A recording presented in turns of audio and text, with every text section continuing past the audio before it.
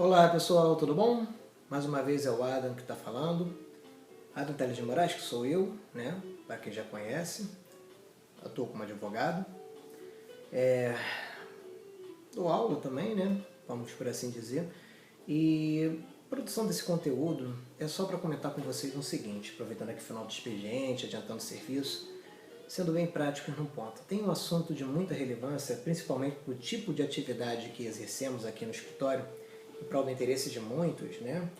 Tanto pessoa jurídica, principalmente até pessoa jurídica, mas também muitas pessoas físicas, pessoas naturais, né? É a questão das execuções. Fiquei pensando como poderia falar isso de forma prática, mas também sem perder a carga teórica, voltada também para a questão acadêmica. Então eu vou começar com as adequações jurídicas processuais específicas ao ponto, tá? E vou terminar com a explicação praxeológica característica que a gente dá para o cliente, né? Não o aluno propriamente dito. Vou começar como a explicação para o aluno, futuro operador do direito, e terminar para o cliente, que no final das contas não tem relevância de entender o porquê disso, mas simplesmente ele só quer entender qual é a relevância disso para a atividade a qual ele vem exercendo.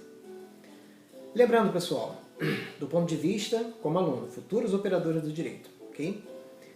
Futuros operadores do direito, vocês como operadores do direito devem operar instrumentos de ordem processual que, pela teoria estrutural do direito processual, no que diga respeito à teoria geral do processo, tá? Entre ação, jurisdição e processo, na verdade jurisdição, ação e processo, processo como instrumento de intermediação da prestação da atividade jurisdicional, função constitucional típica do Poder Judiciário, meio ao desdobramento do conceito de independência harmônica dos poderes de Montesquieu, que é implementada pelo atual movimento constitucional contemporâneo, de viés pós-positivista, né? Welfare State, e todas as características do atual momento constitucional contemporâneo dos lecionamentos, desde José Joaquim Gomes Canotilho a respeito desse ponto.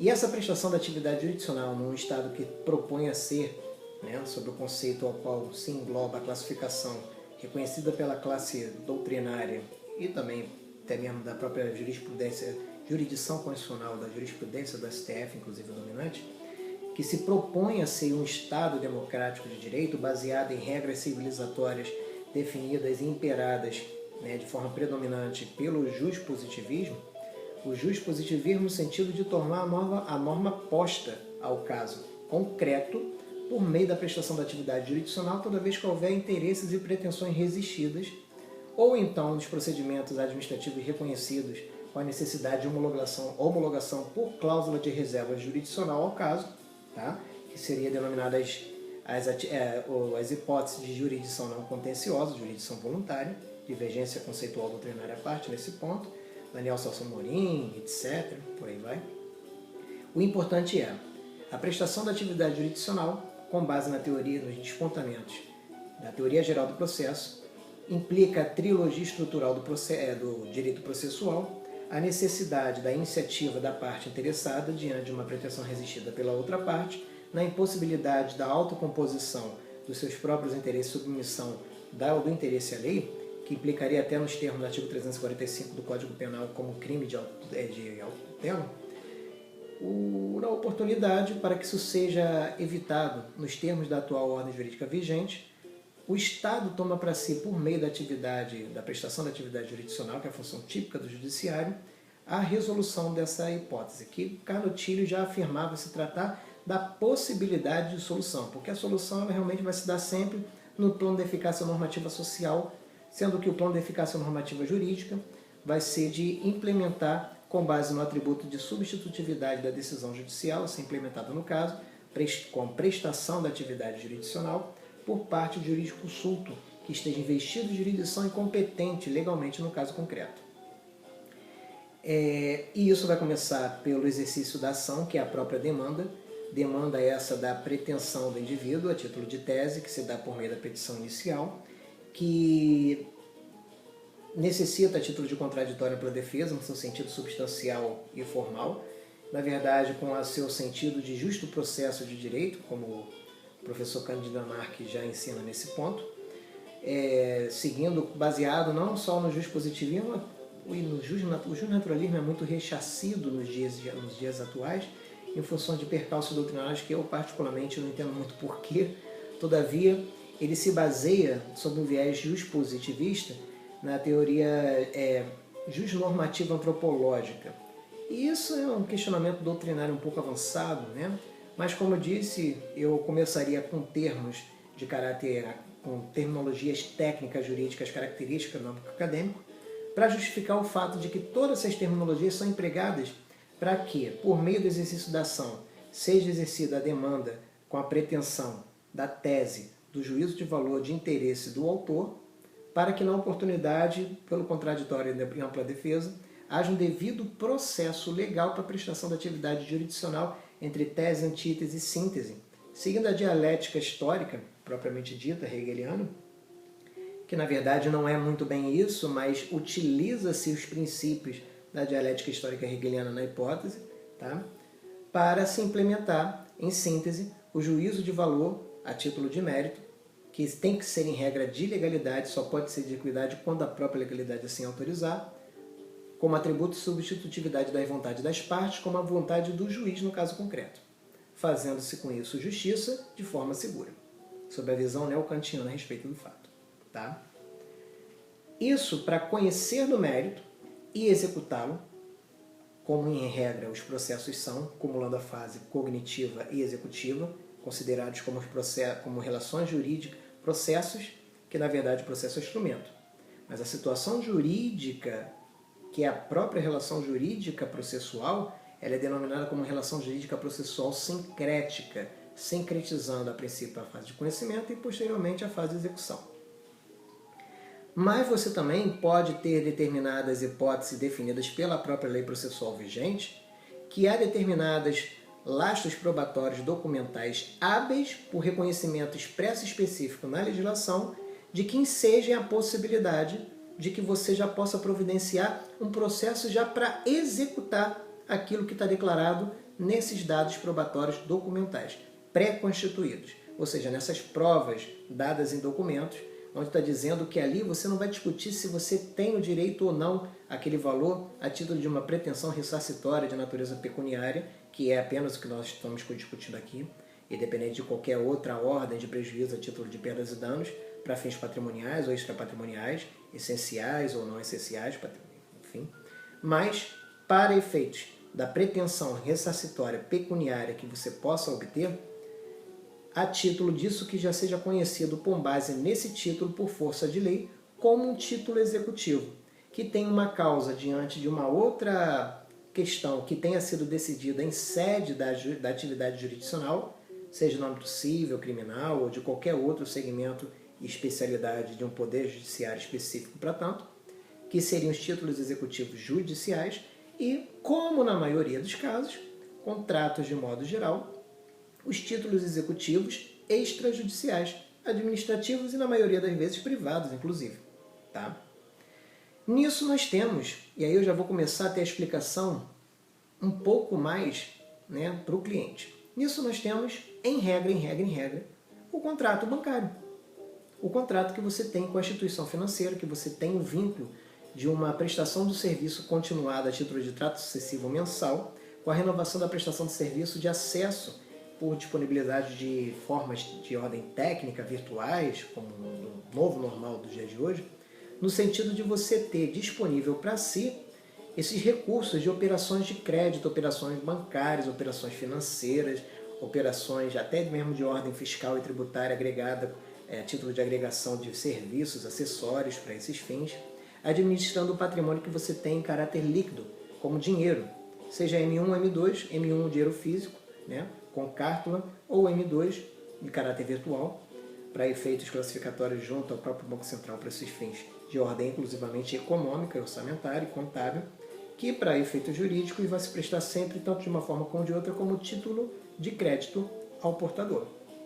Portador esse da cártula física ou então da chave pública e privada de acesso do recurso virtual pertinente. Okay? Sendo que disso contratos serão celebrados para efeito da prestação desses serviços, a título de contraprestação de direitos e obrigações entre as partes, as quais, se as obrigações originárias, tanto de um como de outro, não forem cumpridas, restarão superados Schuld o Haftung, ou seja, as obrigações secundárias, que são as próprias responsabilidades, que no caso seria a responsabilidade civil extracontratual, responsabilidade civil contratual. Essa responsabilidade civil contratual, que em regra se dá por questões de ordem pecuniária, patrimonial, disponível, depende apenas da descrição a título de pacta sunt servanda, por livre iniciativa de liberalidade das partes, de constar apenas aquilo que eles entenderam por bem por meio desse título, que se dá em regra por um contrato. Que se tiver dois testemunhos, ou então se adequar a outro tipo de hipótese definida na legislação processual vigente, tá? No caso, artigo 534, artigo 800, aí eu não me recordo, mas em torno disso, do atual CPC, Código de Processo Civil, Lei Ordinária Federal 13.305, né?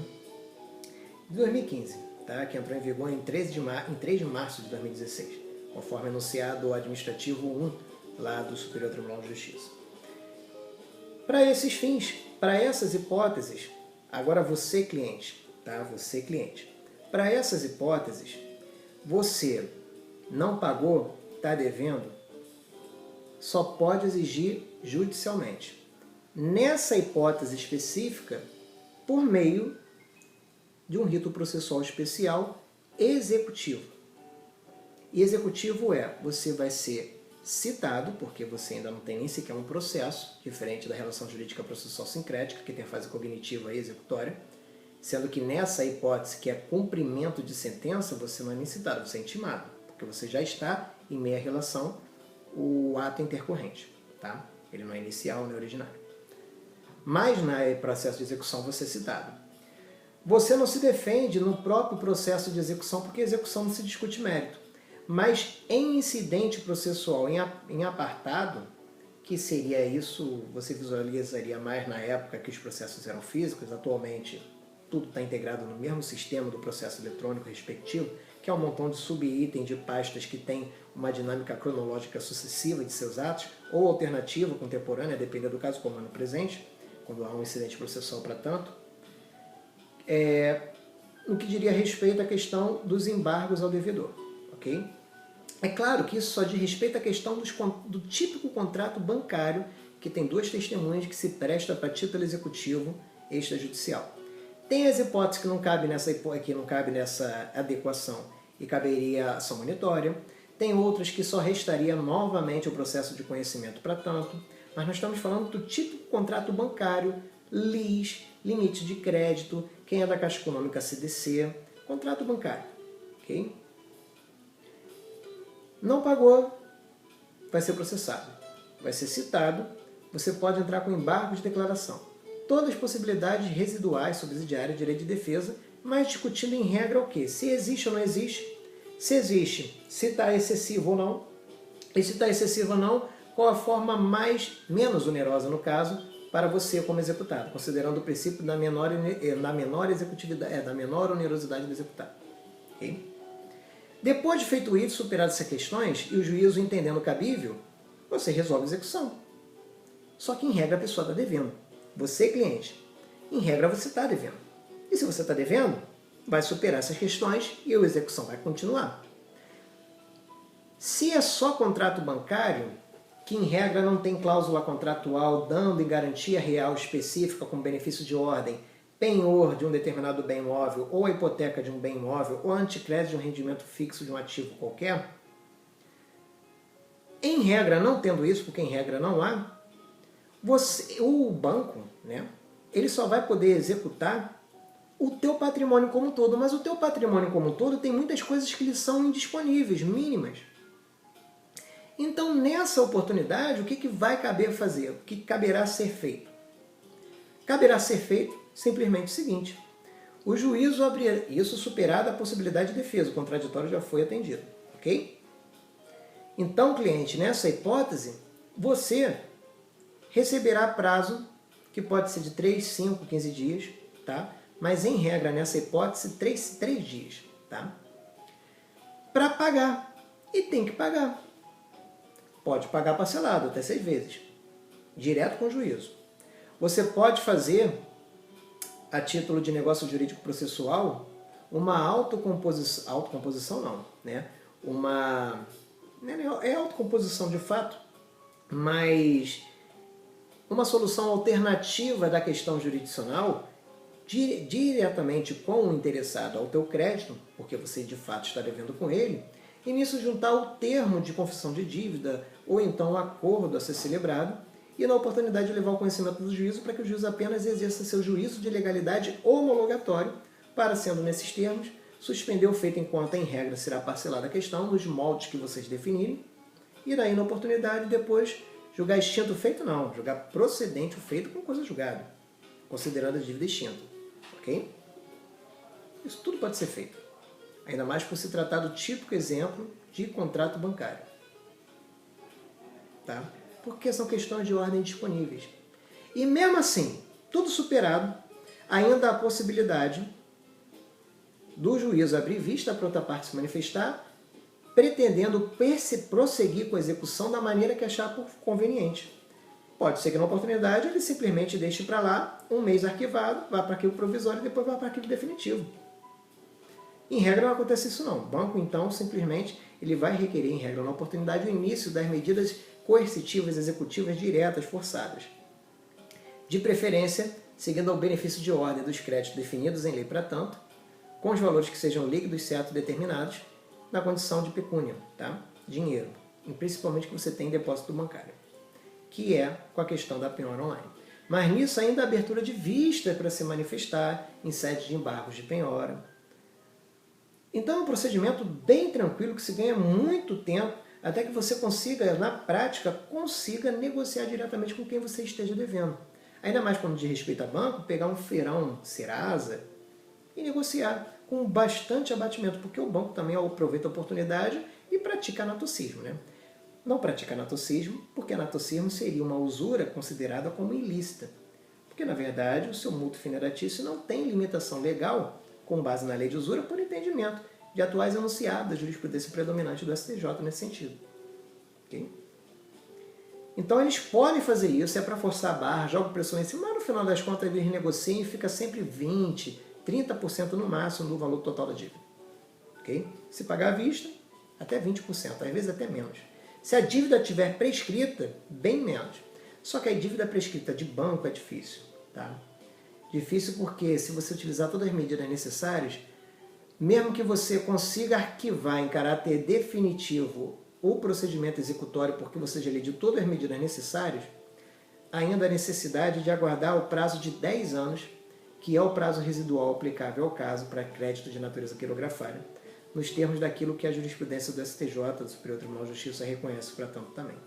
E só depois desse prazo que a obrigação só passa a ser exclusivamente natural, sendo que a instituição financeira nunca mais vai ficar obrigada a aceitar seu crédito para esses fins, porque a dívida sempre vai existir. Ela só vai perder a sua exigibilidade no âmbito material e execuibilidade no âmbito processual. E essa é uma das técnicas que podemos adotar aqui por meio do nosso serviço de modo geral. Agora o que acontece? Você, cliente, nessas condições, fica tudo muito favorável ao teu ponto de vista.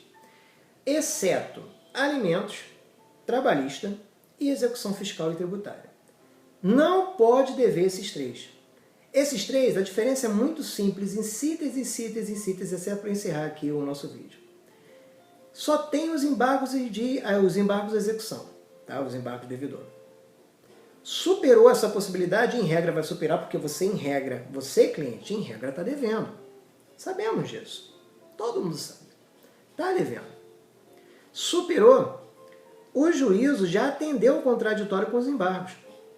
Ele vai determinar de ofício, inclusive, em regra, depende do rito, tá? Mas vamos supor, você, cliente, em regra, ele vai determinar, muitas das vezes até de ofício, como no caso da execução fiscal, o arresto do bem, sem abertura de prazos, nem disponibilizando acesso na íntegra no próprio processo, porque ele já vai fazer isso como um ato processual, um ato exoprocessual direto no Sysbajude, que é o sistema interno que ele tem a título de intranet com o Banco Central.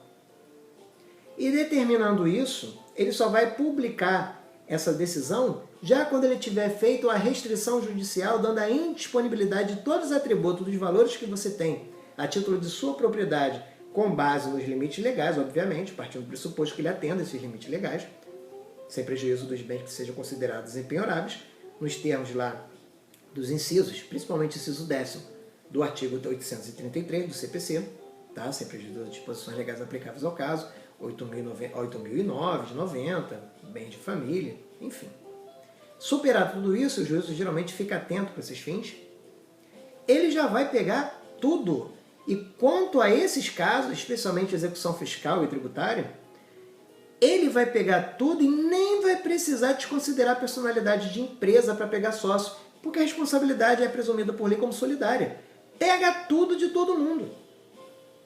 Aí depois é que ele vai abrir vista para embargos à penhora, para definir o que vai ser penhorado. Mas nessa você já perdeu. Entendeu como é que funciona? Cliente, ok? O operador do direito já sabe disso. Cliente. Dá para evitar tudo isso. Entre em contato, vai lá no nosso site, adamtelesdemorais.com.br. Está logo lá no início, soluções, consumidor, né? E principalmente execução, dívidas bancárias e dívidas e execuções bancárias. Vai lá. Logo embaixo está o linkzinho lá do WhatsApp. Aí tu conversa direto comigo ou pelo menos com a nossa assessoria aqui, tá bom? Vamos resolver esse problema. Para no final das contas não dar o calote de forma institucional não, até vamos pagar, mas vamos pagar o preço justo, tá? Porque esses juros compostos também eles são muito abusivos. É isso aí, pessoal, um grande abraço, fiquem com Deus, espero tê-lo ajudado, até mais, tchau, tchau.